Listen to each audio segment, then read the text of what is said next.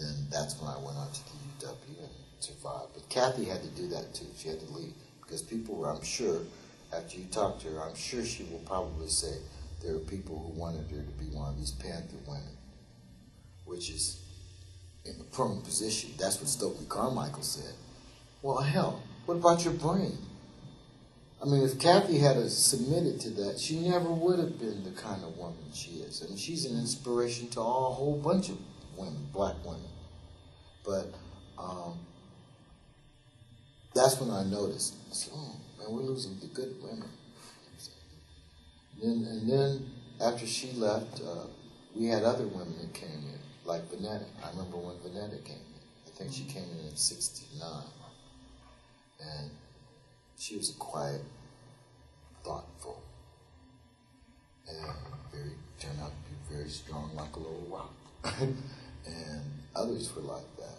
And I would say the main impediment, again, is this prone position mentality that when you have influential people like Eldridge Cleaver and Stokely Carmichael promoting these fucked up ideas, it infects the men.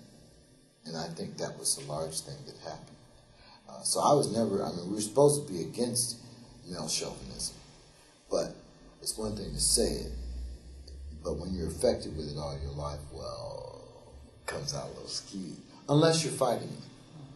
I was fighting it because I never developed into a full-fledged whore. You know, like most of us, you know. I never learned how to do that. I tried, but I just never... I found myself talking to a lot of girls instead of screwing them. So I just never got into it. It saved me. I just never learned how to be a good whore. So I've never taught my sons to be that way. So I don't think my dad was that way. If he was, he fooled me. But the way they raised me was not to be like that. So I've never, I've clashed with other men, and I clashed with my brothers a little bit about that. Not taking advantage of ladies sexually and stuff, especially in the party, because these were soldiers like us. And so I think you could probably get more information from, like, Joanne. Do you have Joanne Moulton's phone number? No. I can give it to you. But I would strongly suggest you talk to her. I have a few other people, names I can give you. But Vanetta was somebody that I love. But I saw her go through stuff. And all of them went through, you know, women had to earn their medal in the party, and part of that medal was fighting the male chauvinism in the party. Some of us tried to fight it too, but the best way to fight it is to conduct yourself. Now, none of them can talk about me being a whore today, because I wasn't. And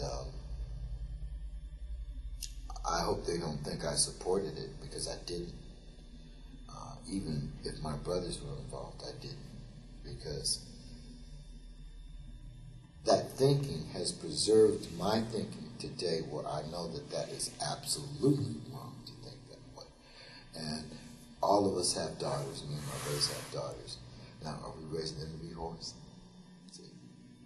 So if you're not raising them to be whores, then you can't raise these to be whores. And when you raise them to be this way, you get 10 times as much results. And you get leadership, as in Kathy Howell.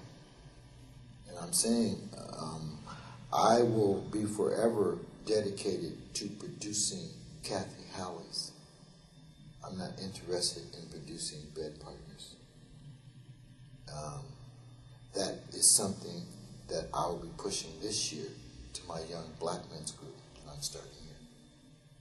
But we're going to tackle this. We're going to confront it and deal with it. Now, we will not get everybody, because some of them have been raised to think like that. But we're going to fight the fight. But yes, we had some very strong women in the party. If it hadn't been for the women, the party wouldn't have been. I'm sorry. You know, this business that men can do it alone is the biggest crock of shit that ever existed in the